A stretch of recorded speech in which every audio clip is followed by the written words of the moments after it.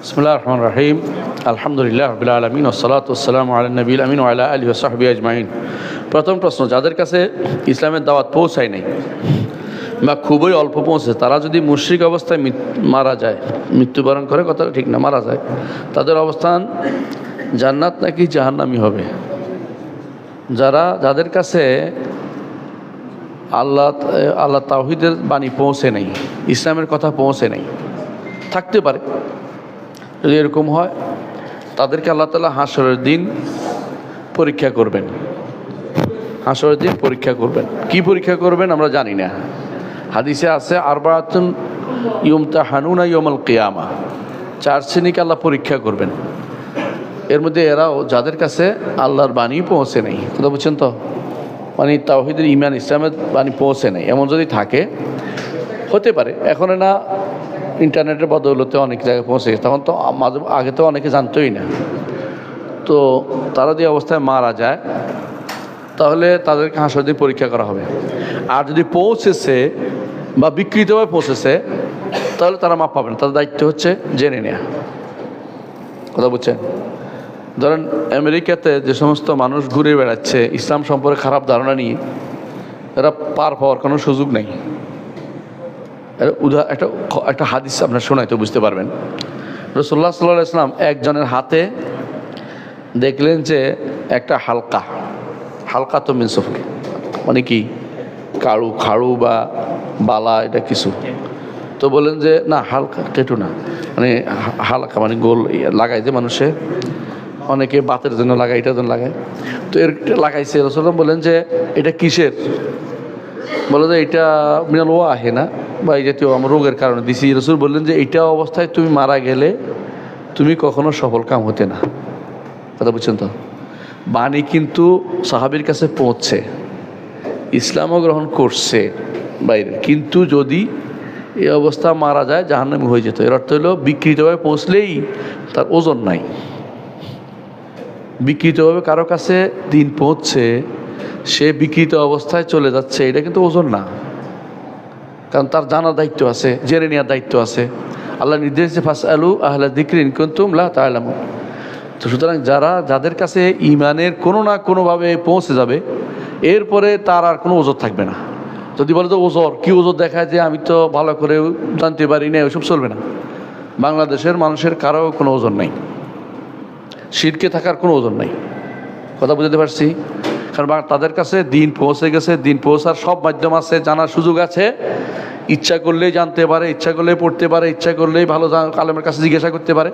তারপরেও সে গোয়ার্তুমি করে শিরকের উপর রয়ে গেছে, তার কোনো ওজন নাই। কথা বুঝতে পারছি? এদের কোনো ওজন নাই। যদি না ফিরে না আসে, এদের কোনো ওজনের কোনো পেশ করার কোনো সুযোগ নেই। তো এই ব্যক্তি যদি কোনো তার কাছে অল্প পৌঁছেছে, বাকিটা শিখে নেবে, জানতে হবে তাকে। ইসলামের নাম শুনছে, নবীর নাম শুনছে, তার ঈমান আনে নাই, সে জাহান্নামে যাবে। রাসূলের কথা এটা। কি বলেছেন? আল্লাহু লা ইয়াসমাউ বি ইয়াহুদিয়্যুন ওয়ালা নাসরানী। ইহুদি নাসারা বলার অর্থ ইহুদি নাসারা শুধু না, ইহুদি নাসারা এবং কাফেররাও, সবাই, এমনকি আহলে কিতাবও। সুম্মা লা ইউমিনু বি, আমার কথা যে শুনবে, ইহুদি হোক নাসারা হোক, তারপর আমার উপর ঈমান আনবে না, দাখালান নার, জাহান্নামে প্রবেশ করবে। সুতরাং যে কেউ বাংলাদেশের কোনো মানুষ বা পৃথিবীর কোনো জায়গাতে কোনো মানুষ রাসূলের কথা শুনেছে কিন্তু ঈমান আনার জন্য আগ্রহী হয় না, ঈমান আনতে পড়ে না, কারণ ঈমান মানুষের কাছে যায় নাই, শিক্ষা জানার চেষ্টা করে নাই, এটা তার জন্য ওজর হবে না।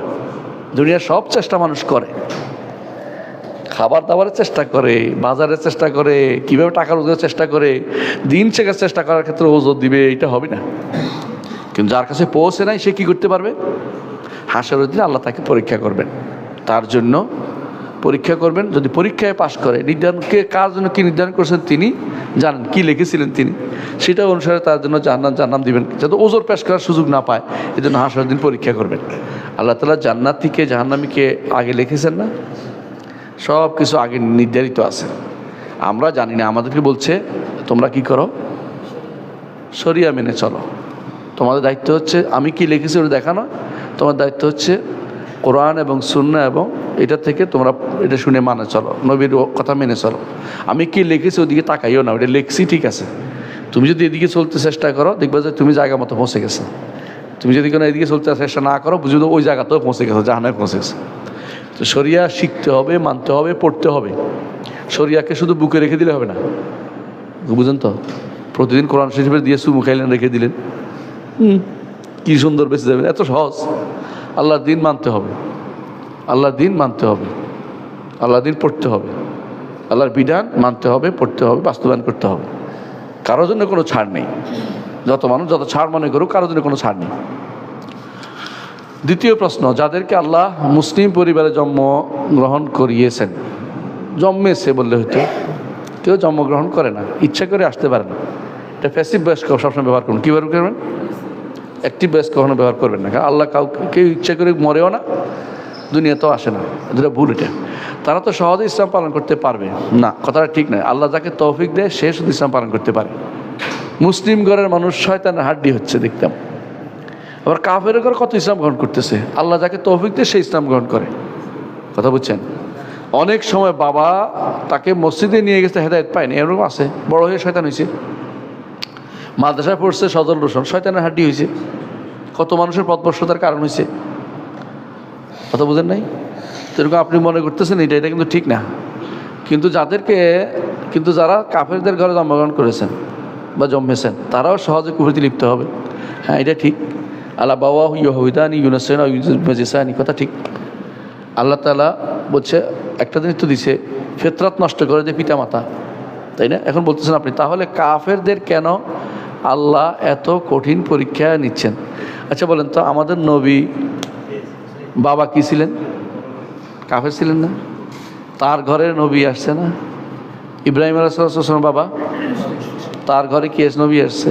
নূহের সন্তান, নূহ তো নবী, তার সন্তান কাফের ছিল, কাফের ছিল। তো এইটা হচ্ছে আল্লাহ তাকে তৌফিক দেবে, সেই মানবে। আল্লাহ জান্নাত পুরাবে, জাহান্নাম পুরাবে। আল্লাহ কোনো কাজের ব্যাপারে আপনার কথা বলার অধিকার নাই। লা ইউসআলু আম্মা ইয়াফআলু ওয়া হুম ইউসআলুন। আপনি নিজে বাঁচছেন, আল্লাহ শুকরিয়া আদায় করেন। আরেকজন কেন জাহান্নামে গেছে এইটা নিয়ে কোনো চিন্তা করবেন না ভাই, কারণ আল্লাহ জাহান্নামও পুরাবে। তো কথা বুঝেন? আপনি শিরিক করতেছেন না, আল্লাহ শুকরিয়া আদায় করেন। এটা বলেন না যে ওই জায়গায় না গেলে অন্যরা যাবো, অন্যরা যাক, আল্লাহ শিরকের জন্য কিছু লোককে রাখছে, তো জাহান্নাম তো পূরণ করতে হবে আল্লাহ। তো সে যে জাহান্নামে যাচ্ছে এটা তার অপরাধ। কেন অপরাধ? কোরআন পড়ে নাই, হাদিস পড়ে নাই, দিন পড়ে নাই, সে সুখে নাই। ইচ্ছা করলে জানতে পারতো, ইচ্ছা করলে জিজ্ঞাসা করতে পারতো, আল্লাহ তাকে হেদায়েত দিত। বহু মানুষ হেদায়েত হচ্ছে, আবার বহু মুসলিম সন্তানও নাস্তিক হয়ে যাচ্ছে। আপনি দুইটা কাজ করবেন না। একটা হচ্ছে দয়া করে এটা বলবেন না যে কেউ বাপের ঘর, মুসলিম বাপের ঘর হইলেই মুসলিম হয়ে যায়, কথা ঠিক না। অনেক সময় উল্টাটাও হয়। আল্লাহ যাকে মান ইয়াহদিল্লাহু ফাহুয়াল মুহতাদ ওয়া মান ইউদ্লিল ফালান তাজিদ লাহু ওয়ালিয়্যাম মুরশিদা। আল্লাহ তাআলা কোরআন বলছেন যে ওয়া মান ইউদ্লিল, যে হেদায়েত আল্লাহ যাকে বদভ্রষ্ট করে বদভ্রষ্ট হয়ে যাবে। আর যে ব্যক্তি কাফের ঘরে থাকার পরে প্রথম ছিল, এই আহলে কিতাব ছিল, ইসলাম গ্রহণ করেছে, আল্লাহ তো বলছে তার ডবল পুরস্কার দিবে, ডবল পুরস্কার দিবে কইছে। কারণ সে বহুত কষ্ট করে এখানে আসছে। হ্যাঁ, আলা তয়া আলা মতনিল বালায়া, যত বিপদ তত সওয়াব বেশি, কষ্ট করে আসছে, তার জন্য বিশেষ ব্যবস্থা রাখছে। তারপর সে শুনবে না, জানবে না, দুনিয়া সব বুঝে, কিন্তু আল্লাহ সম্পর্কে চিন্তা করবে না, দিন সম্পর্কে বোঝার চিন্তা করবে না। চিন্তা করা উচিত তো তার একটা। আমি কোত্থেকে আসলাম, কোথায় যাব? দুনিয়াতে গরুর মতো আসি, গরুর মতো চলে যাচ্ছি, এটা না। আমি গাদার মতো আসছি, গাদার মতো চলে যাচ্ছি, তা না। ওটা চিন্তা করার বিষয় আছে। সে তো সব বেশি পাবে, যতটুকু কাজ করবে অতটুকু সব বেশি পাবে সে। যে আল্লাহ কোরআন কারীম বলছে ইউতিকুম কিফলাইন মির রাহমাতি, ডবল কিফলাইন দিবে, ডবল সব দিবে আল্লাহ বলছে কোরআন কারীম, রহমত দিবে বেশি করে। তো সেই জন্য তারপর কেন তাকে মুসলিমের ঘরে দিল না, এটা বলে তো আল্লাহ হিকমতের উপর আপনি প্রশ্ন করেছেন, জায়েজ নাই। আল্লাহ কোরআন নিষেধ করে দিয়েছেন লা ইউসআলু আম্মা ইয়াফআলু, তিনি কি করবেন প্রশ্ন করা যাবে না। আপনি কি করবেন, আল্লাহ প্রশ্ন করবেন। আল্লাহ কেন দিলেন না, কেন দিবেন, এই প্রশ্ন আপনি করেন না, দয়া করে। এটা হিকমত আছে, হিকমত আপনি জানেন না। সে হিকমতে মানুষকে শিক্ষা দিচ্ছে, কেমন যে জাহান্নাম তার দিয়ে আমি শিক্ষা দিচ্ছি, জাহান্নামে যাচ্ছে, আমি যেন জাহান্নামের পথে না যাই।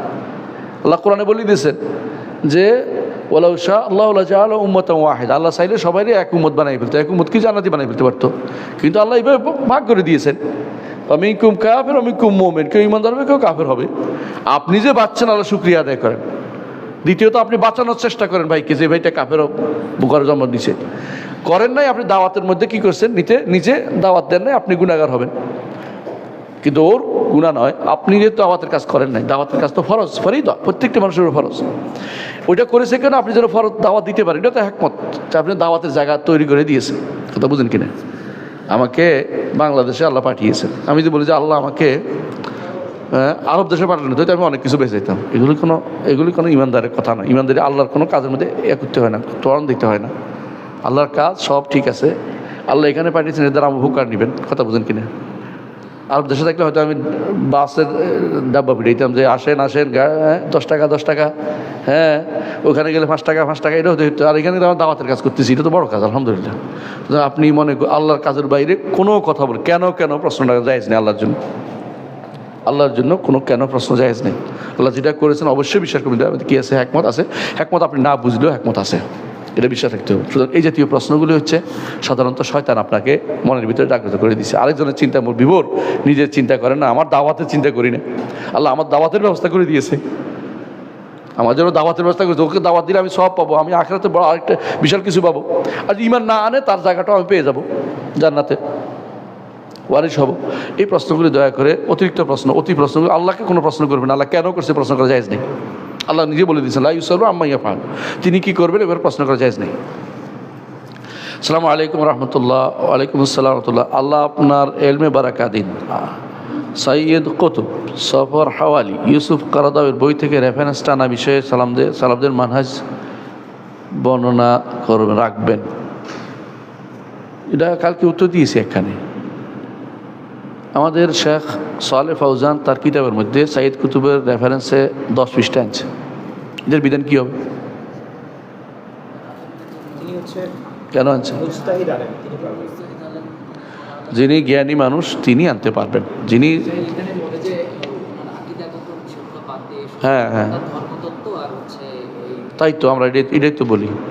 যেই জায়গাতে আমি এটা বলতে চাচ্ছিলাম, কালকে উত্তর দিছি, এটা আবার প্রশ্ন করেছে কেউ, যেই জায়গাতে কোনো আকীদাগত বিরোধ নাই, যে জায়গাতে ধর্মীয় মাসালাতে কোনো বিরোধ নাই, এবং যেগুলিতে উনি আসলেই চিন্তা চেতনা করে একটা পথ দেখিয়ে দিয়েছেন ভালো কিছু, সেগুলি যদি কেউ আনে তাকে পথভ্রষ্ট বলা যাবে না।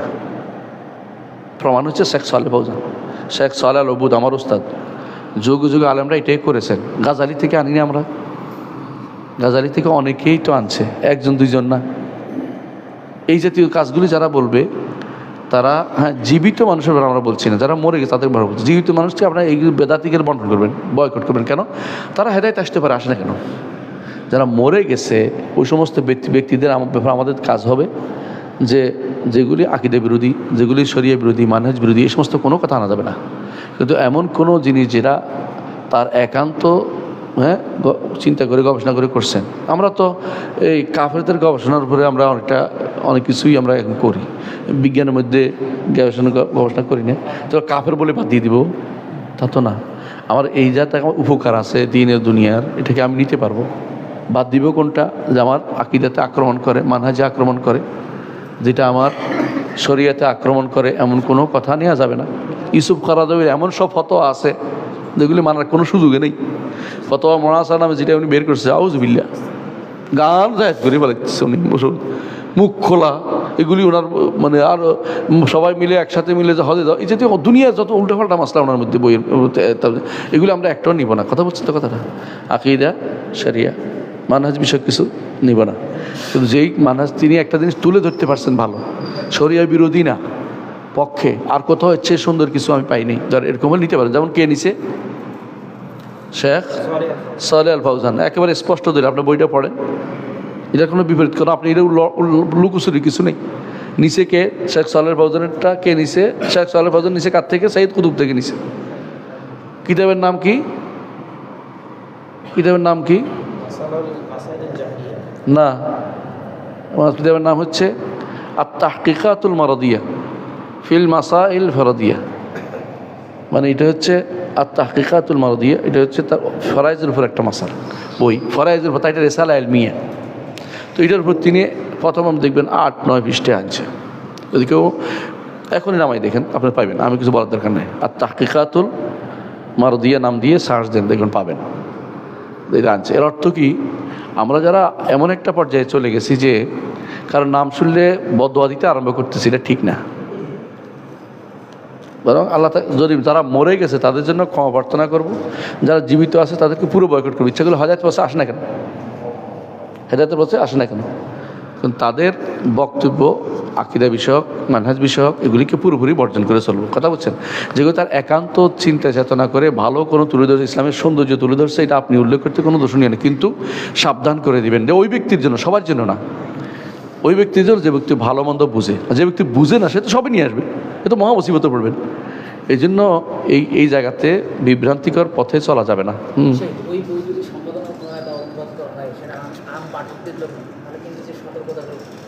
সাবধান, আম পাঠকদের জন্য যদি কোনো কেউ অনুবাদ করে দেয়, ওই জায়গাটা যিনি আনছেন তিনি তো বেছেই আনছেন। যিনি আনছেন আমরা বলছি আলেমের জন্য, যে আলেম এটা বেছে নিয়ে আসছেন তিনি কি পদভ্রষ্ট অংশ আনছেন? আনেন নাই। তো অংশটা তো গ্রহণযোগ্য জায়গা, তাই তো? যদি কোনো গ্রহণযোগ্য আলেমে কোনো কিছু নিয়ে আসেন, সেটা অনুবাদ হয়, আমি এটা বাদ দিতে পারবেন না, কারণ এটা তো ওর আমানত। আর এটা উনি বেছেই আনছেন, ওটার মধ্যে পদভ্রষ্টতা নাই, উনি আনতেন না। তো এটা সাধারণ মানুষ শুনতে অসুবিধা নেই। আমরা বুঝছেন, আমি আনলে ভুল হবে, আমি যদি নিয়ে আসি, আমি তো আনি নাই, আমি তো অনুবাদক। কথা বুঝেন, দুইটার মধ্যে অনেক পার্থক্য আছে দুইটার মধ্যে। সুতরাং আপনারা এই কাজগুলো যারা করছেন লেখাপড়া বাদ দিয়ে এটার পিছনে লেগে গেছেন, এটা কিন্তু ক্ষতির কারণ। লেখাপড়া শেষে আর হবে না। আমি জানি শেষ পর্যন্ত আপনাদের আলেম হওয়ার কোনো পথ থাকবে না। আপনি কোনো আলেমকে আমি দেখি না এই কাজ করতে। আপনি কি জানেন শেখ রাবি মাদখালি রাহেমাহুল্লাহ, তিনি প্রথম জীবনে সৈয়দ কুতুবের বই মানুষকে দান করতেন। কথা বুঝাতে পারছি? পরে যখন তার পদভ্রষ্টতা ধরা পড়েছে তখন তিনি বাদ দিয়ে দিয়েছেন। কথা বলছেন? তাহলে বোঝা গেল যে মানুষ পদভ্রষ্ট অংশ কখনো গ্রহণযোগ্য না, যে আনুক না কেন। আকীদা কোনো জায়গাতে আনা যাবে না। আর যেই জায়গাতে আকীদা মানহাজ আক্রমণ করে না, সেই জায়গা যদি কোনো বিশ্বস্ত আলেমে নিয়ে আসে, সেই জায়গা থেকে অনুবাদ করে, তার দোষ দিতে পারবেন না। কারণ তিনি তো নতুন করে আনেন না, তিনি আলেমের বক্তব্য নিছেন। আপনি বুঝছেন? আমি আমার শেখ সালেহ অবুদকে দেখেছি মসজিদ নববীতে, একদিন আলোচনা করতে করতে বললেন ডেল কার্নেগির কথা আসছে। ডেল কার্নেগির নাম শুনছেন? এই যে বাংলায় অনুবাদ আছে দুশ্চিন্তাহীন মানব জীবন। তো তিনি আমাদের বলতেছেন যে এই লোক দেখো দুশ্চিন্তাহীন মানব জীবন লিখছে, নিজেই আত্মহত্যা করে মরে গেছে। কত ভয়াবহ, মানে তার আল্লাহ হেদায়েত নসিব নেই, নিজেও আত্মহত্যা করে মরেছে, নিজেও দুশ্চিন্তা নয়, দুশ্চিন্তার মধ্যে মরে গেছে। তাহলে যে ব্যক্তি এই কথাটা আনার কারণে উনি কি গুনাহগার হয়ে গেছেন? তাহলে এটাও তো একটা জিনিস যে সাবধান করতে, কারণ নাম নিলেই সে অমুক হয়ে গেল, এই খোয়ানি সুরুরি গুরুরি, এগুলো শয়তানের কার সাথে বসে বসে। তা আপনি দেখতে হবে সে কি তার প্রশংসা করছে কিনা, সে কি তার কোনো পদভ্রষ্টতা আনছে কিনা। কারণ অনেক সময় অনেক বই, ভালো বই শেখেরা অনেক ক্ষেত্রে আনে যে এই কথাটা সত্য বলেছেন, এই কথাটাকে আপনি বাদ দিয়ে দিবেন। রেফারেন্স টানা তো প্রমোট করার কোনো সন্দেহ নেই, এটা সত্য কথা। কিন্তু আমি তো রেফারেন্স টানি নেই, রেফারেন্স টানছে তো বিশ্বস্ত ব্যক্তি, সালেহ ফৌজান টানছে। আমি তো অনুবাদ করেছি, আমি তো নিজ থেকে কিচ্ছু আনি না এখান থেকে। তা আমারও দোষ দিবেন কী জন্য? সালেহ ফৌজানকে ধরেন না একবার দেখি, সাহস থাকলে, যে উনি সুরুরি। মানে কথাগুলো বোঝার দরকার আছে আমাদের। আমরা অনেক ভুল করতেছি এই সময় জায়গাতে। যুবকদের বিভ্রান্ত করে এই কাজটা হবে না। যুবকদের উচিত বেশি বেশি করে ইলমে দ্বীন অর্জন করা। নিজে বুঝতে পারবে কটা নিতে পারবে, কটা নিতে পারবে না। আলেমদের কাছে বসা, বিশ্বস্ত আলেমের কাছে বসা, বেদাতি আলেমের কাছে না বসা। এখানে সুরি কোনো আলেমের কাছে বসবে না। কিন্তু যে ব্যক্তি কারো বিশ্বস্ত আলেমের কথা অনুবাদ করেছে, নিয়ে এসেছে, বিশ্বস্ত আলেমের বক্তব্য বিশ্বস্ত কোত্থেকে আনছে, ওইটার টেনশনে পড়ে থাকে না, সে ব্যক্তি আলেম হবে। আর তুমি যদি কোনো, অনেকে আছে এদের মধ্যে, অনেকে আরোই ভালো করে পড়তেও পারে না, আমি শিওর আছি। অনেকে আছে তারা অনেকে ইলমে দ্বীনের পড়েই নেই। অনেকে আছে ইবনুল কাইয়িমের বই পড়ে নেই। বিশ্বাস করুন, ইবনে তাইমিয়ার বই হয়তো কিছু পড়েছে, কিছু পড়ে নেই। যে ব্যক্তি ইবনে তাইমিয়া, ইবনুল কাইয়িম এদের বই পড়ে নেই, তুমি বিভ্রান্ত হবে। আচ্ছা বলেন তো, কোন মানুষ আছে যার ভুল হয় না? ইবনে খুজাইমা শয়তান আছে, এই মানুষের কথা বলছে, মানুষ তার শয়তান মানুষ না। ইবনে খুজাইমা রহমতুল্লাহ আলাইহি তিনি তো কিছু মাসালা ভুল করছেন। এখন আমি ইবনে খুজাইমা থেকে যদি আনি, তো যদি কেউ বলে যে না উনি তো মতভ্রষ্ট, তাহলে বিপদ হইবে নয়। কার না ভুল আছে? ইমাম যাহাবী সুবহানাল্লাহ তার সিয়ার আলাম নোবালার মধ্যে 5 জায়গায় বলছে এই কবরের তাবাররুক, এই কবরের বরকত নেওয়া যায়, চাইতেছে ভয়াবহ শিরকি কথা, কবর থেকে বরকত নেওয়া যায়। উনি হয়তো নকল করছে কারো থেকে, এর উপরে তালিক করেন নাই, কথাটা এটাই। কারণ সাধারণত এই সমস্ত যারা সিরা লেখে না, ইতিহাস লেখে, আগের কারো থেকে আনে, কিন্তু নিজে তালিক করেন নাই, নিজে কি করেন নাই, মানে নিজে কোনো টিকা লাগান নাই, এটুকু হইতে পারে। তাই বলে তার উপর আক্রমণ করে এখন আমরা সিয়ার আমার নোবেলা বাদ দিয়ে দিই, তাই না? জাহাবিতে কিছু আনবো না, বাদ দিয়ে দিই। আরেকটা জিনিস মনে রাখবেন, যার গ্রহণযোগ্যতা বেশি, যার গ্রহণযোগ্যতা প্রমাণিত, তার ছোটোখাটো ভুল উপেক্ষিত। যার গ্রহণযোগ্যতা প্রমাণিত, ছোটোখাটো ভুল উপেক্ষিত। যার আকিদা ও মানহাজে পরিশুদ্ধ প্রমাণিত, তার ছোটোখাটো ভুল উপেক্ষিত। আকিদা মানহাজ নষ্ট, জীবিত আছে, তাতে কিছু আনবেন না, মরে গেলেও তার বইতে কিছু আনবেন না, যেমন নিষেধ করি, যেমন ইহয়া উলুমুদ্দিন থেকে নীতি নিষেধ করি। কিন্তু কোনো কথা তিনি বলেছেন এখান থেকে ভুল করেন। যেমন উসুলে ফিকহের ক্ষেত্রে গাজালি একটা সংজ্ঞা আছে, উসুলের সংজ্ঞাটা গাজালি যেটা দিছে আর কেউ এত সুন্দর দেয়নি। উসুলে ফিকহের সংজ্ঞা পারিস কে পারিস? তো তাহলে বেলম হয়ে উসুল ফেঁকা পড়স না। কেউ তো আবার উসুল ফেঁকা পড়লে তো কবি যে আবার ইমান থেকে বেরিয়ে গেছে কিনা কবি। মুতাজিলারা উসুল ফেঁকা বানাইছে, এখন উসুল ফেঁকা বন্ধ করে দিনে। ইমাম শাফিঈ যে লিখছে ওটা কি তোর কাছে আছে নাকি? মানে ইলমে দ্বীনের কাজ হচ্ছে, আলেম যদি হইতে হয় তোমাকে পড়তে হবে। আগে ওলামা সলবাসানি বই পড়বা, সলবাসানি বইয়ের মধ্যে কোনো রেফারেন্স থাকলে এর কারণে সলবদেরকে কি বানাই দিবে না, বেদাতি বানাই দিবে না, এটা কাজ না। কথা বুঝতে পারছি? এটা ভুল করতেছে যারা করে, এটা কোনোদিন সঠিক পথে আসতে পারবে না। এলেমের পথে না এটা। তুমি আগে ইলমে দ্বীন শিখো, বিশুদ্ধটা শিখো, এটা কাজ। এবং আলেমদের যারা গ্রহণযোগ্য তাদের আলেমদের কাছে বসো। গ্রহণযোগ্য আলেমরা কোনো কিছু আনলে এটা নিয়ে তাদের ভিতরে লেগে যায় না। তুমি জানো যে ওরা বুঝে শুনে আনছে কোন জায়গাটা গ্রহণযোগ্য এটা। তুমি যদি কোনো সবার বিরুদ্ধে সমালোচনা করতে থাকো, তো তোমার জন্য একজনের দুইজন থাকবে, আর কাউকে পাইবে না। আমি যদি বলি সিদ্দিক হাসান খান ভুল করেছে আকিদাতে, কি করবি? শওকানি ভুল করেছে, কি করবি? শওকানি বাদ দিয়ে দিব? বেদাতি বলবো? সিদ্দিক হাসান খানকে বলবো? মারাত্মক কথা, এটা বলা যাবে না। কথা বুঝছো কিনা? তার ভালো বেশি, তাদের ভালো বেশি, অনেক বেশি। তাদের ভুলগুলি তাদের সমুদ্রের মধ্যে ডিলের মতো, একটা ডিলা মারছে মনে করবো। তো সুতরাং তাদেরকে এইভাবে, আমি তো ওলামাদের যারা সত্যিকার আলেম বলে ভেবেছি তাদের কথা, আর যারা আলেম না চিন্তাবিদ, ওদেরকে আমরা কখনো গ্রহণযোগ্য মনে করি না। চিন্তাবিদদেরকে দূরে সরাই দিবে। চিন্তাবিদের আলেমের পর যে আমি পড়ে না, চিন্তাবিদে ইসলামের উপর যে দাখিল, ইসলামীতে ঢুকছে, ইসলামীতে ঢুকছে, এটা ওইটা ঠিক না। শেখ আলবানী রহমতুল্লাহ আলী তিনি ইমানের মাসালার মধ্যে যে কথাগুলি বলছে এগুলি অনেকগুলি গ্রহণযোগ্য না। শেখ আলবানী রহমতুল্লাহ আলী ইমানের এর মধ্যে অনেক কিছু গ্রহণযোগ্য, তাই বলি কি আমরা এত বড় জাবাল পাহাড় এরকে আমরা বাদ দিয়ে দিব? এটা হয় না। মানে যার ভালোবেসি তার খারাপগুলি কি করতে হবে? উপেক্ষা করতে হবে। এগুলি নিয়ে বাড়াবাড়ি করা যাবে না। কথা বুঝছেন? যার ভালো বেশি তার খারাপগুলি উপেক্ষিত, যার খারাপ বেশি তার ভালোগুলি উপেক্ষিত। তবে কোনো গ্রহণযোগ্য আলেম যদি কোনো তার থেকে কোনো বক্তব্য আনে, এই জন্য গ্রহণযোগ্য আলেমের দোষ দিতে হয় না। তিনি নিশ্চয়ই বেঁচে আনছেন, আপনিও বাঁচার দায়িত্ব আছে। আপনি বলেন যে এটা তিনি এটা ঠিক করেন না, আপনি ওনাকে জীবিত থাকলে বলবেন, আর জীবিত না থাকলে তার জন্য ওজোর পেশ করবেন, তিনি হয়তো বুঝতে পারেন নাই। এটা গুরুত্বপূর্ণ মাসালা, এটা নিয়ে সারাদিন ঝগড়া করতে পারবো না। একটা আজকে ভালো করে বলে দিচ্ছি, এটা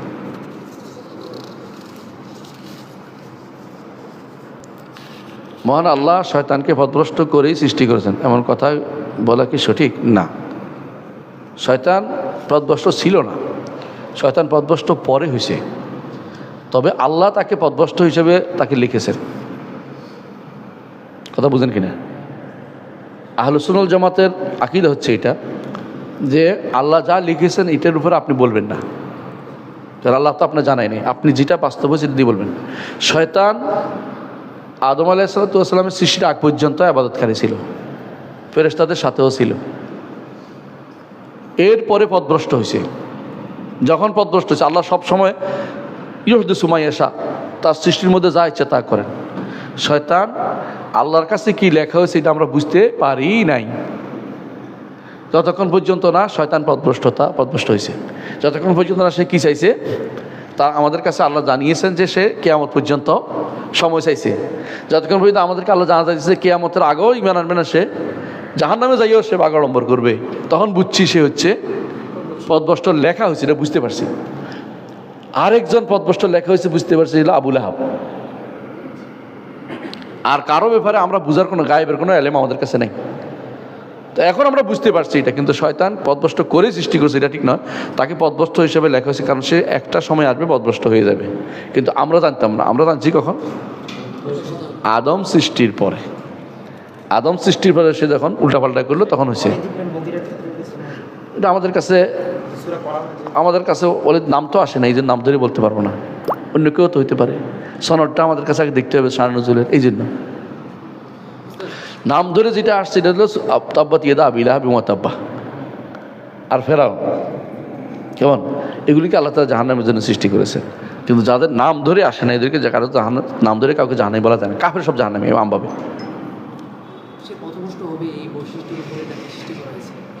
এমন কথা বলা যাবে না,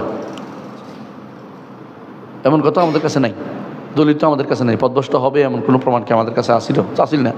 যখন পদভ্রষ্ট হয়েছে তখন থেকে সে পদভ্রষ্ট, তাকে এমন এটাই লেখা হয়েছে যে এতদিন পর্যন্ত সে ইমানের উপর থাকবে, এরপরে সে পদভ্রষ্ট হবে। যতদিন সে কাজ করেছে ইমানিয়াতে, ততদিন ইমানদারে হবে। আহলে সুন্নাত জামাত এটাই আকীদা। যারা আশারি মাতৃ তারা মনে করে আল্লাহ তাআলা নতুন কিছু করেন না, তাকে আগে থেকে সে পদভ্রষ্ট। রাসূলুল্লাহ সাল্লাল্লাহু আলাইহি ওয়াসাল্লামের সাহাবীদের মধ্যে যারা ঈমান আনছে তারা আগে থেকে ঈমানদার, এটা তো ঠিক না। ঈমান আনছে যখন, তখন থেকে ঈমানদার, বুঝা যাচ্ছে কথাটা? এটা মনে রাখতে হবে। আল্লাহ তাদের তখন ঈমান দিয়েছে, এর আগে তাদের পদভ্রষ্ট লিখছেন, পদভ্রষ্ট হিসেবে প্রমাণিত এখন এটা সত্য।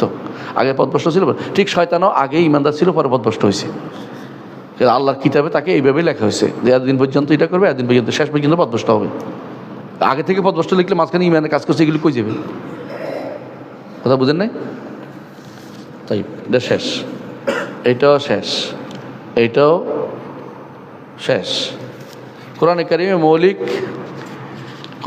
মৌলিক কি বিষয়ের উপর আল্লাহ তাআলা কথা বলেছেন? তিনটা জিনিস। একটা কি? একটা হলো তাওহীদ, আরেকটা হলো রিসালাত, আরেকটা হলো ফিকহ রিসালা, রাসূল কি যা শরিয়া আর কি একই জিনিস। আর 3 নম্বর হচ্ছে না বিধিবিধান তো হইল। 3 নম্বর হচ্ছে তাওহীদের অন্তর্ভুক্ত আখিরাত। 3 নম্বর হচ্ছে কাসাস। যারা বলে তিনটা তাওহীদ, রিসালাত, আখিরাত, এটা আসলে ভুল বুঝছে। তাওহীদের অংশই হচ্ছে আখিরাত, মানে ইমানিয়াত অথবা ইসলামিয়াত অথবা কাসাস।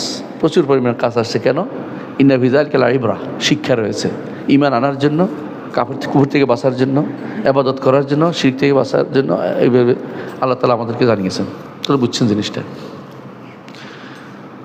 তাওহীদের পরিপূর্ণ জ্ঞান অর্জন করার জন্য কি করব? তাওহীদের পরিপূর্ণ জ্ঞান অর্জন করার জন্য 1 নম্বরে 3টা বই পড়বেন। তাওহীদের সাধারণ জ্ঞান, সাধারণ বাংলাভাষীদের জন্য বলছি। আমার 3টা বই আছে, যেটা বাচ্চাদের জন্য লিখছিল, কিছু বড়দের জন্য। এটা স্ত্রীদের, মেয়েদের জন্য, স্ত্রীদের দিবেন, তুমি পারো কিনা এগুলি দেখি, পরীক্ষা নেবেন। 2 নম্বরে ক্লাস 1 থেকে ক্লাস 6 পর্যন্ত ছাত্রদের জন্য বই লিখেছি, এগুলি পড়বেন, নিজে পড়বেন, নিজে পড়তে দিবেন। এর বেশি যদি পড়তে চান উসুল ঈমান পড়বেন, সহজ ইসলামী আকীদা পড়বেন। এর উপরে আমাদের আলোচনা আছে 6টা বই, 10টা বইয়ের কথা না বলছি, আকীদার 4টি মৌলিক পরিভাষা। এটা ছাড়াও 6টা বই একসাথে বলছি, সিরিয়ালি পড়ার জন্য বলছি 10টা বই। ওগুলি পড়বেন তো ইনশাআল্লাহ তাওহীদের পরিপূর্ণ জ্ঞান অর্জন করতে পারবেন ইনশাআল্লাহ।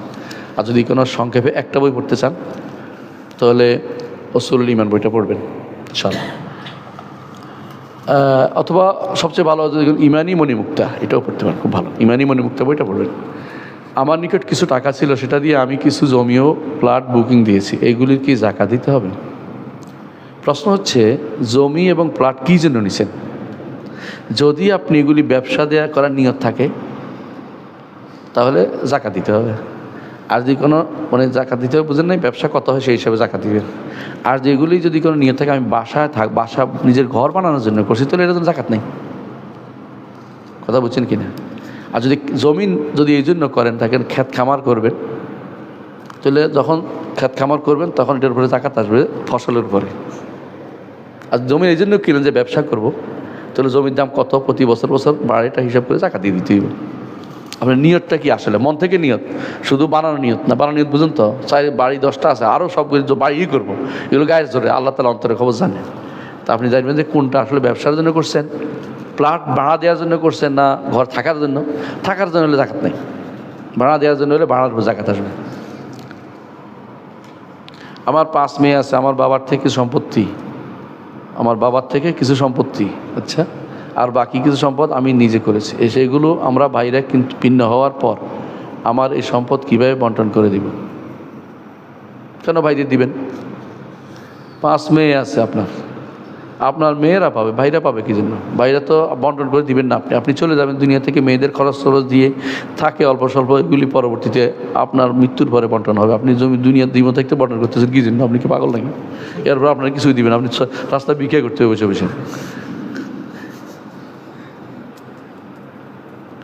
বন্টন করে দিবেন না, কোনোদিনই বন্টন করে দিবেন না। আপনি খরচ করে করে যাবেন, মেয়েদের সুন্দর করে বিয়ে দিবেন টাকা পয়সা খরচ করে।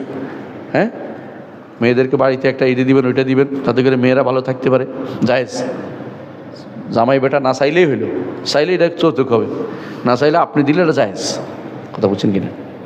কেউ যদি চায় যৌতুক, না চাইলে জায়েজ। রাসূলুল্লাহ সাল্লাল্লাহু আলাইহি ওয়াসাল্লাম ফাতেমাকে কি দিয়েছেন? জাহিজ দিয়েছেন, জাঁতা দিয়েছেন, আর কি দিয়েছেন? আটা বানানিটা দিয়েছেন। কি বানায় যে এটারে? রুটি বানানোর মেশিন দিয়েছেন, ইয়া দিয়েছেন। তো বোঝা গেল যে কেউ যদি উইলিংলি তার মেয়েদেরকে দিয়ে দেয় কিছু, মেয়েরা অন্তরের টুকরা। আসলে সত্যি ছেলেদের থেকে মেয়েরা বেশি দরদি, মেয়েদের প্রতি বেশি বেশি দরদ করবেন। মেয়েদেরকে যদি কোনো লালন পালন করে, 5টা মেয়ে আপনার, মাশাআল্লাহ, আপনি জান্নাতের টুকরা পাইছেন। শরিয়া মোতাবেক চালাবেন, জান্নাত মেয়েদেরকে বিয়ে দিবেন, আপনি মরলেই জান্নাত যাবেন। যদি তাহিদ দিয়ে যেতে পারেন, মরলেই জান্নাত। মেয়েরা আপনার জান্নাতের একটা কারণ হয়ে যাবে। সুতরাং আপনি জান্নাতের পেয়ে গেছেন। ছেলেদের জান্নাতের কথা বলা হয়নি, আমরা যারা ছেলেটা বহুত বিভেদে আছি। সুতরাং আপনি এটা বিশাল সম্পদ, সম্পদ খরচ করবেন ওদের পিছনে, অকাতরে খরচ করবেন। হ্যাঁ, কিন্তু বন্টন করে দিবেন না। যা থাকবে মৃত্যুর পরে ওরা যা পাবে, ওরা সবাই মিলে 3 ভাগের 2 অংশ পাবে। আপনার স্ত্রী পাবে, যদি জীবিত থাকে তখন 8 ভাগের 1 ভাগ, আর বাকিটা পাবে আপনার ভাই ভাতিজারা পাবে। মৃত্যুর পরে চিন্তা পরে করবেন। আপনি এখন দুনিয়াতে খেয়ে দিয়ে টিয়ে ওদেরকে দিয়ে একটা ফ্রিজ কিনে দেন, একটা হ্যাঁ এই রান্নার সামগ্রী কিনে দেন, সমস্যা কি? বৈধ না, অবৈধ কোনো কিছু নেই, জায়েজ। সন্তানদেরকে দেওয়া বৈধ, না জায়েজ কোনো কিছু নেই। সমান দিতে হবে জরুরি না, যার প্রয়োজন অনুসারে দিবেন। কোনো মেয়ের স্বামী বিশাল পয়সা হলো, আপনি দিয়ে কী করবেন? তার জন্য খাবার দাবার পাঠাবেন, বলে খুশি হবে। আর কোনো মেয়ের স্বামী পয়সা নেই, তাকে কোনো মেয়ের স্বামী যদি কোনো তালেবে ইলম হয়, হ্যাঁ, তাহলে তালেবে ইলম তাকে বই কিনে দিবেন, তার জন্য একটা প্লাট কিনে দিবেন, যে আমাদের তালেবে ইলম যা দিবেন তাই সদাকা জারিয়া হবে। এটা ভালো জিনিস। এত বেশি খুশি হয়ে গেছে, মনে করছে কেউ তার বিয়ে দিতেছে আর কি। নিজের দখলে বা মালিকানায় না থাকা পণ্য বিক্রি করা হাদিসে নিষেধ আছে, কিন্তু মূল পণ্যের মালিক যদি আমাকে নিজ থেকে অনুমতি দেয় যে আমার পণ্যগুলি তুমি তোমার বলে বিক্রি করতে পারবে, এটা উকিল আর কি, আমি তার জন্য অনুমতি ভিত্তি করে, হ্যাঁ জায়েজ আছে, এটা কোনো সমস্যা নেই।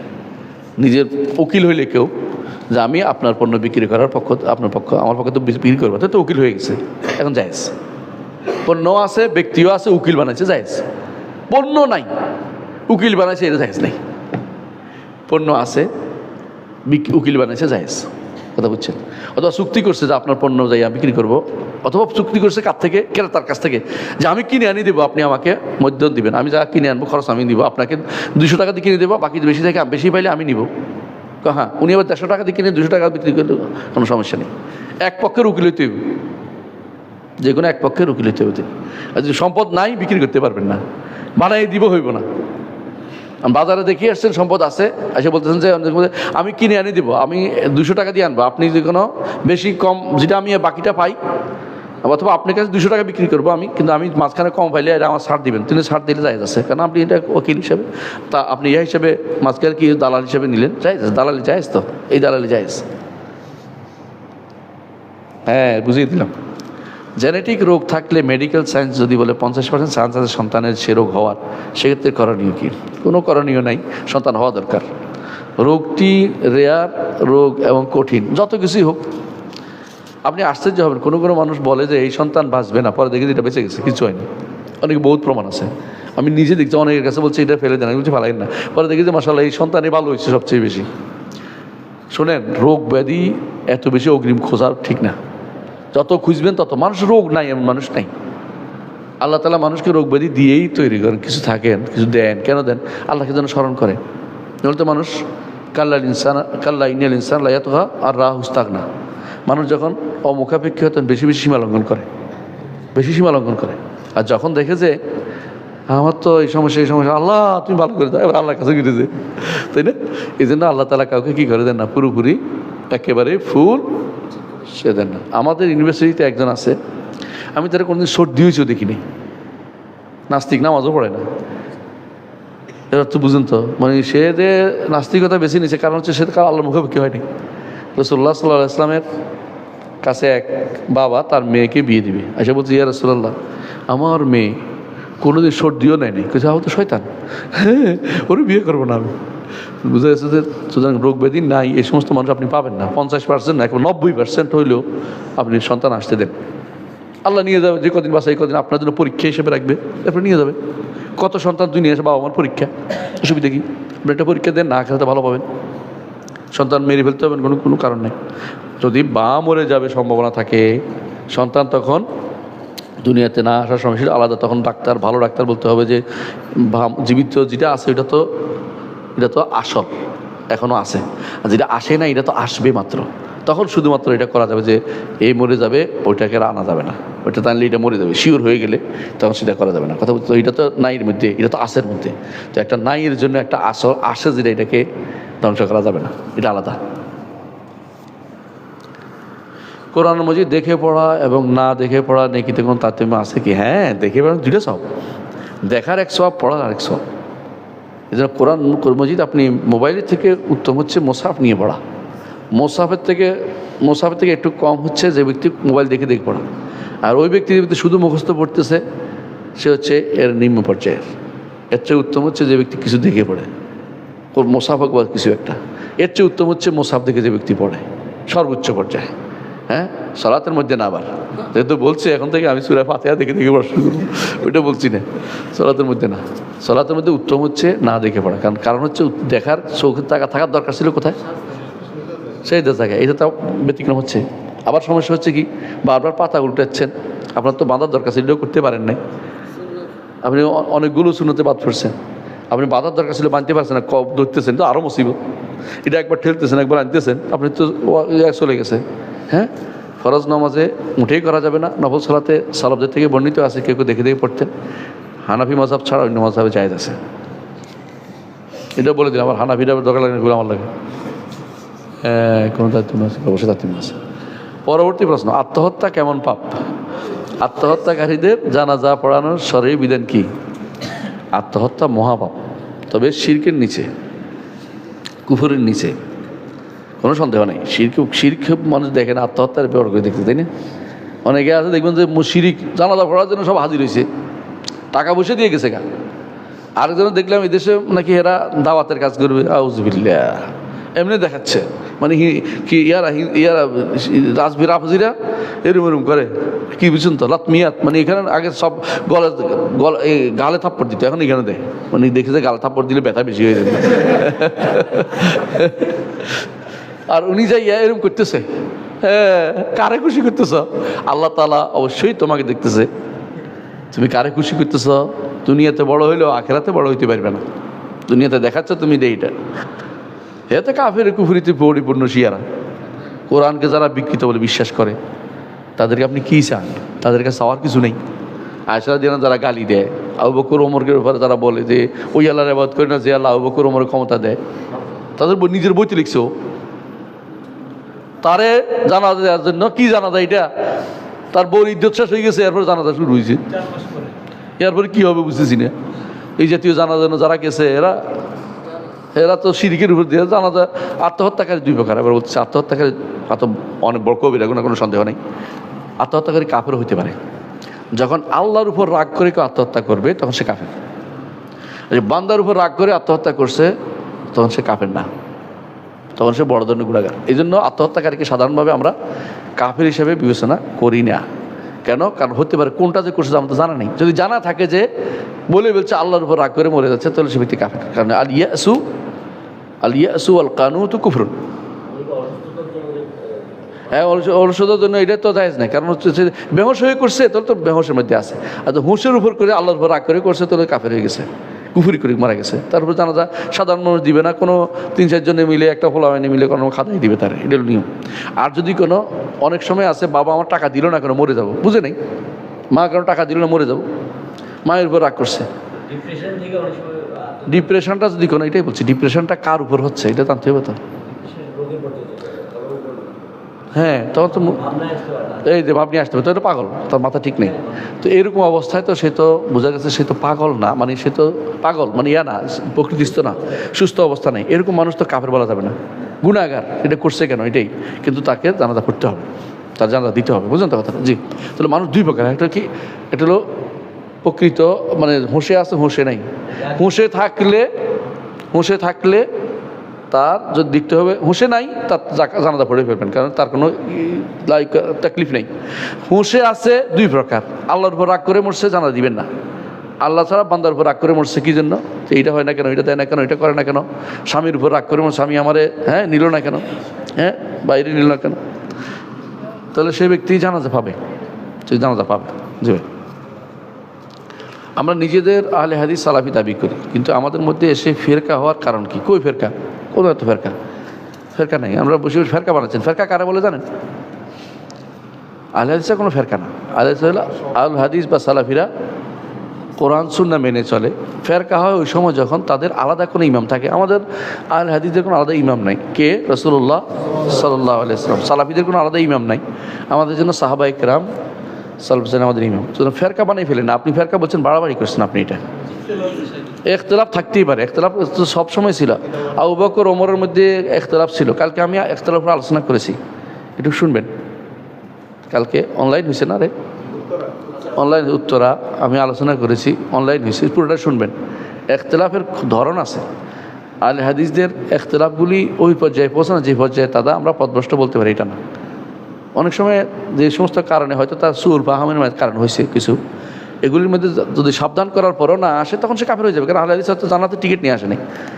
আহলে হাদিস নাম দিলে জান্নাতের টিকিট পাওয়া যায় না, কিন্তু কাজে হইতে হয়, বিশ্বাসে থাকতে হয়, আমলে থাকতে হয়।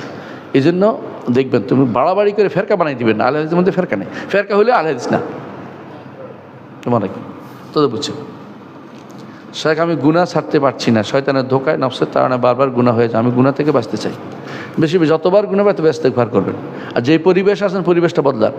মসজিদের কাছে চলে আসেন, মসজিদের কাছে চলে আসেন, আর ভালো মানুষদের সাথী হন, নিয়মিত কোরআন পাঠ করুন, এবং ভালো মানুষদের জীবনী পড়ুন। খারাপ পরিবেশটাকে পরিত্যাগ করুন।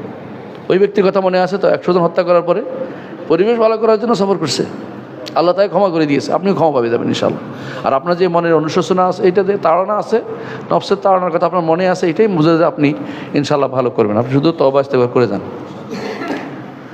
মুখ খুলে থাকলেও বাইরে গেলে মেয়েদের পর্দা পরিপূর্ণ হবে কি? পরিপূর্ণ হয়নি। যদি মুখ খুলে বাইরে গেলে পর্দা না হয়, তাহলে সেটার দলিল জানতে চায়। দলিলের জন্য কি করতে হবে? আল্লাহ তাআলা কোরআনে কারীম বলেছেন, কোরআন কারীম আল্লাহ তাআলা বলছেন, কোরআন কারীম বলছেন, ইল্লা মা যাহারা মিনহা, যা প্রকাশ পেয়ে যায় তা ব্যতীত, ওয়ালা ইউবদিনা যিনাতাহুন্না, তাদের জিনত যেন প্রকাশ না করে। আচ্ছা বলেন তো, মেয়েদের জিনত কেমনে দেখে বলেন তো? চেহারাই দেখে। যখনই বিয়ে করতে যায় আগে চেহারাটাই দেখে। কারণ কেউ যদি বলে যে চেহারা তার সৌন্দর্যের জায়গা নয়, তাহলে আমার আর কিছু বলার নাই। সুন্দরটা কোথায় দেখে? দেখেন, মানুষ কি কাপড় খুলে দেখে নাকি? আউযুবিল্লাহি মিনাশ শাইতানির রাজিম। এটা হলো বাড়াবাড়ি করা। চেহারা ঢেকে রাখতে হবে, চেহারা ঢেকে রাখতে হবে। এই জন্য দলিলটা আল্লাহ তাআলা বলছে, ইল্লা ওয়ালা ইউবদিনা যিনাতাহুন্না, জিনাতকে প্রকাশ করবে না। আব্দুল্লাহ বিন মাসউদ বলেছেন, ইল্লা মা যাহারা মিনহা, যা প্রকাশ হয়ে গেছে, প্রকাশ করে ফেলছে এটা নয়। প্রকাশ হয়ে গেছে কি? কাপড়, বাইরের কাপড়। বাইরের কাপড় যেটা প্রকাশ হয়ে গেছে, এইটার জন্য তোমাকে কর্তব্য হবে না। চাদর যেটা দেখা গেছে, এটা কর্তব্য হবে না, কিন্তু মুখ ঢেকতে হবে, মুখ ঢেকে চলতে হবে। না, আমাদের সময় যতটুকু মুখ খোলা দরকার সেইটুকু মুখ খুলে রাখে। হ্যাঁ, তো আমাদের সময় তো মুখ খোলারই নিয়ম, আমার তো পুরুষ সামনে পড়ে না। হ্যাঁ, বাইরে পড়তে হলে মুখ ঢেকে পড়তে হবে। যদি কোনো পুরুষ সামনে নামাজ পড়তে হয়, এমন কোনো জায়গাতে পুরুষ আসা যাওয়া করতে নামাজ পড়তে, তাহলে মুখ ঢেকে পড়তে হবে। কিন্তু যদি কোনো একান্তে নামাজ পড়ে, অথবা পুরো মেয়েদের মসজিদে নামাজ পড়ে, মুখ খুলে পড়বে। কারণ এটা তো কোনো পর্দার জায়গা না, এটা মুখ খোলার পর্দা করার দরকার না। পর্দা যেটা করার দরকার, এটা হচ্ছে মুখ খুলে পর্দা করতে হবে, মুখ ঢেকে পর্দা করতে হবে। নইলে মসজিদের ভিতরে তো আপনার এখানে যে নিজের মেয়েরা আছে, এখানে মুখ ঢাকার কোনো দরকার নেই, আপনি মুখ খুলেই পড়বেন। এখানে এটার সাথে পর্দা করার সম্পর্ক না, আল্লাহর সাথে পর্দা করবেন নাকি? বুঝলাম না কি কয়। কোনো আত্মীয় যদি নামাজ না পড়ে বা নামাজের দাওয়াত দেওয়ার পরও না পড়ে, তখন কি আত্মীয়ের সম্পর্ক ছিন্ন করা যাবে? আত্মীয়তা সম্পর্ক চিন্তা করা যাবে। নামাজ না পড়লে তার সাথে কোনো সম্পর্ক রাখা যাবে না। নামাজ না পড়লে ইমানদার না। ছোঁয়াচে রোগ সম্পর্কে ইসলামের ব্যাখ্যা তথা ছোঁয়াচে রোগ সম্পর্কে ইসলাম কি বলে? ছোঁয়াচে যদি কোনো মনে করা হয় যে নিজে নিজে সেটা সংক্রমিত হয়, তাহলে শিরক, জায়েজ না এটা বলা। নিজে নিজে হয় না। আর যে মনে করে আল্লাহ তাআলা এর মধ্যে এই ক্ষমতা দিচ্ছেন যে এটা কাজে হলো ছোঁয়াচে এখান থেকে এখানে যাওয়া, তাহলে এটা সত্য। রাসূলুল্লাহ সাল্লাল্লাহু আলাইহি ওয়াসাল্লাম নিজে বলেছেন, কি বলছেন? ফিররা মিনাল মাইজুম ফিরারাকা মিনাল আসাদ। যে ব্যক্তি মাইজুম, যার হাতে কুষ্ঠরোগী আছে, ওর থেকে তোমরা বাঘে যেমন পালায় এমনি পালাও। এর অর্থ এটা তুমি তোমার মধ্যে কী হবে, খারাপ অবস্থা তৈরি হবে আর তোমরা সংক্রমিত হয়ে যাবে। আর যার আল্লাহ তাআলা ভালো কমিউনিটি বা ইমিউনিটি ভালো দিছে, সে আল্লাহ তাআলা তাকে হেফাজত করে। অনেক সময় এটা আল্লাহ হেফাজত করে, আবার অনেক সময় আল্লাহর উপর তাওয়াক্কুলের কারণে আল্লাহ তাকে হেফাজত করে। রাসূলুল্লাহ সাল্লাল্লাহু আলাইহি ওয়াসাল্লাম একজনের সাথেই খাইছে, বলছে আল্লাহর উপর তাওয়াক্কুল করে বলছে, খাওয়া নেই কিছু। কিন্তু মানুষের তাওয়াক্কুল যত দুর্বল হবে তত বেশি কী হবে, ইমিউনিটি কাজ করবে না, সিস্টেম কাজ করে না, তখন শিখে রোগ আসে। এই জন্য দূরে থাকাই ভালো, দূরে থাকাই ভালো, কারণ ইমানিয়ত দুর্বলতা থাকার এটা হয়। তাই বলে কারো রোগ ধরে না তো ইমান শক্তিশালী আছে, এটা বুঝেন না। এটা তো জাস্ট একটা উদাহরণ দিলাম। জাতীয়তাবাদের আকীদা কি ইসলাম থেকে বের করে দিবে? হ্যাঁ, জাতীয়তাবাদ যদি এমন পর্যায়ে যায় যে জাতীয়তাবাদের তো স্রষ্টা মনে করে, যারা জাতীয়তাবাদ পড়ায়, যারা মূল লেখছে যারা জাতীয়তাবাদ নিয়ে, হ্যাঁ, কওমিয়া যেটাকে বলে, কওমিয়াকে তারা স্রষ্টাই মনে করে যে এইটাই সব কিছু। এমন এমন জিনিস ছেড়ে দেয় ইসলামের কারণে, তখন শিরিক হয়, কুফর হয়, বিভিন্ন কারণে বেরিয়ে যায়। সাধারণভাবে একজন মানুষ নিজের জাতির পরিচয় নিষিদ্ধ না। যেমন আমি বাঙালি জাতি, রাসূল নিজেও বলছেন যে অমুকি, যেমন হ্যাঁ রোমি অমুকি, যে তাদের পরিচিতির জন্য কোনো নিষিদ্ধ নাই। কিন্তু এটা যেন ঘোয়ার তুমি তাআসসুব যখন করা হবে, তখন কখনো শিরিক, কখনো কুফর, কখনো নিফাক, কখনো হারাম, কখনো জায়েজ, সব হয়। মানে কখনো বিভিন্ন অবস্থা তৈরি হয়। এর বিস্তারিত আলোচনার বিষয়। আমাদের মধ্যে একটা খুতবা আছে জাতীয়তাবাদের উপরে, খুতবা আছে, দেখে নিন। নিচের বাক্যগুলি বললে, যেগুলো বিশ্বাস করলে কি বেরিয়ে যাবে? আমি আগে বাঙালি পরে মুসলিম। ও না, আগে মুসলিম পরে বাঙালি বলতে হবে। না বুঝে বললে কাফের হবে না, বুঝে শুনে বললে কাফের হয়ে যাবে।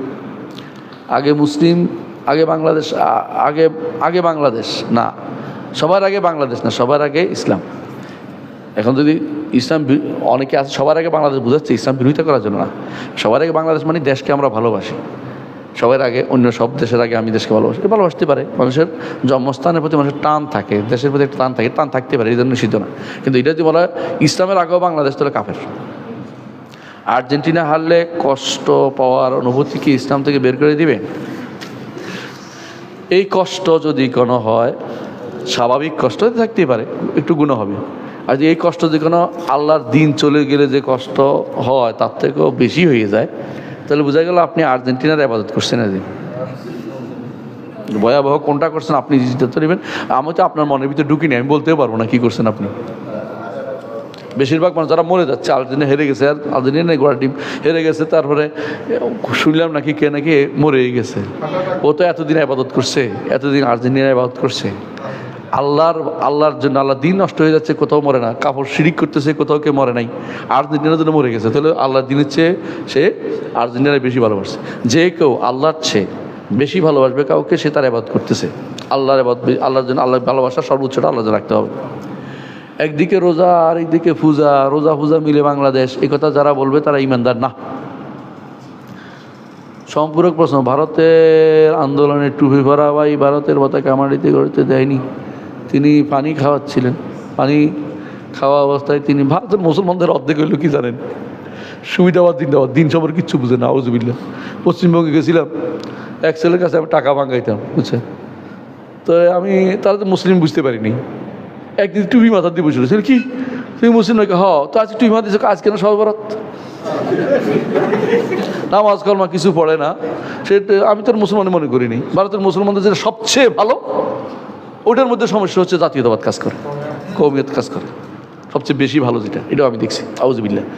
দিন বুঝার ক্ষেত্রে ভারতীয়রা যত পিছনে, আপনি চিন্তা করতে পারবেন না। আমি জানি না ভারতীয় আহলে হাদিসটা এর ক্ষেত্রে এরকম অবস্থা কেন। আহলে হাদিসের মধ্যে এটা আছে। ভারতে পশ্চিমবঙ্গে আমি গেছিলাম, পশ্চিমবঙ্গে বেশিরভাগ মানুষ আহলে হাদিস, কিন্তু তাদের মধ্যে নামাজের প্রতি এত অনীহা আমি কম দেখছি। আর কথাবার্তা এমনভাবে বলে মনে হয় যেন যেটা বলছে এটাই তাদের দিন, এটা দিন না, এটা বুঝতে পারিনি তাদেরকে। আমি কদিন থাকলাম, মানে 2 সপ্তাহ মতো ছিলাম আমি। আর বলছি আল্লাহ আমাকে একটা দিন দিছে, কথা বলতে পারি, আর দেশ দিছে আমার কথা বলতে পারি। আল্লাহ আমাকে একটা দেশ দিছে, হ্যাঁ, মুসলিম দেশ নিয়ে জন্য গর্ব করা উচিত। আমি একটা মুসলিম দেশ, বাংলাদেশ সবার আগে মুসলিম দেশ, তাই না? বাংলাদেশ না, এটা মুসলিম দেশ হিসেবে পাইছি, শুক্রিয়া আদায় করি। যে ব্যক্তি বলবে সবার আগে দেশ, সে কোন দেশ? কত দেশে তো আছে। যাক, এগুলি যারা ভারতের পতাকা নিয়ে টেনশন করতেছে, এগুলি হলো জাতীয়তাবাদের অন্ধ জাহালত থেকে করতেছে। এদের নিয়ে হুকুম দেওয়া ঠিক না, কারণ জাহালতের মধ্যে আছে। ভারতে জাহাল থাকার একটা কেস ওজোরও আছে। হিন্দুদের স্কুলে পড়তে পারে না দেখিয়া আন্দোলন করে বসছে। পাগল কারে বলে? হিন্দু স্কুলে মেডিকেলে পড়তে পারে না, আন্দোলন করতেছে। কী যেন আন্দোলন করতেছে এটাও বুঝে নাই, কেন আন্দোলন হবে এটাও বুঝে নাই। এই আন্দোলন কী লাভ হয়েছে? কিছু হয়নি, শুধু তো আমাদের বদনামি হয়েছে। দেবো না, পড়বো না। কীভাবে আলেম হব? আলেম হতে হইলে পড়তে হবে। হ্যাঁ, ফাইনাল মার আলা ইউলাদু আলেম তাআল্লাম, ফাইনাল মার আলা ইউলাদু আলেম। আমার কথা নয়, কার কথা? আবু দারদা রাদিয়াল্লাহু আনহু বলছেন যে তোমরা ইলম অর্জন করো, কারণ কোনো মানুষ মায়ের পেট থেকে ইলম অর্জন করে বের হয় না। তো পড়তে হলে কী করতে হবে? আরবি জানতে হবে। দাড়ি সবাই হতে পারে, আল্লাহর পর দাওয়াত দিতে পারে, কিন্তু আলেম হওয়ার জন্য আরবি জানতে হবে এবং কিতাব পড়তে হবে, কোরআন হাদিস বুঝতে হবে এবং সলফে সালিহিনের বই পড়তে হবে, সলফদের বক্তব্য শুনতে হবে, মানতে হবে। যদি কেউ মনে করে সলফদের বক্তব্য বাদেই সে আলেম হয়ে যাবে, তাহলে সে জাহেল এবং সে ব্যক্তি ইসলামের ক্ষতি বেশি করবে। এজন্য আগে আলেম হতে হলে পড়তে হবে প্রচুর পরিমাণে। একটু পড়েই যদি কোনো ওই ব্যক্তি আলেম হতে পারবে যে একটু পড়েই নিজেকে প্রচার করার জন্য বেরিয়ে পড়ে। আমাদের আলেমরা সবসময় বলতেন একটা বয়স পর্যন্ত যেন সে অগ্রিম এলমের দাবি না করে। এটা প্রমাণিত সত্যি, একটা বয়স পর্যন্ত অনেকেই কী করে না, আলেমের ভারী কি আসে না, কথাবার্তা আসে না। এই জন্য চেষ্টা করা উচিত একটা নির্দিষ্ট বয়স, পড়ালেখা করার পরে যখন তার এলমি একটা হবে, লোকে সার্টিফিকেট করবে, ততক্ষণ পর্যন্ত ফতোয়াবাদী না করে। ইমাম মালিক রহমতুল্লাহ বলছেন ততক্ষণ পর্যন্ত ফতোয়া দেয় নাই যতক্ষণ পর্যন্ত মদিনা 40 জনে আমার বলছে তুমি ফতোয়া দিতে পারো। তুমি 40 জন না, এখন কেউ বলে না, নিজে ফতোয়া দিচ্ছে। কোথায়? ফেসবুকের ফতোয়া, মুফতি ফেসবুক। আল্লাহ মুস্তাআন। আসসালামু আলাইকুম রহমতুল্লাহ বারাকাতুহু।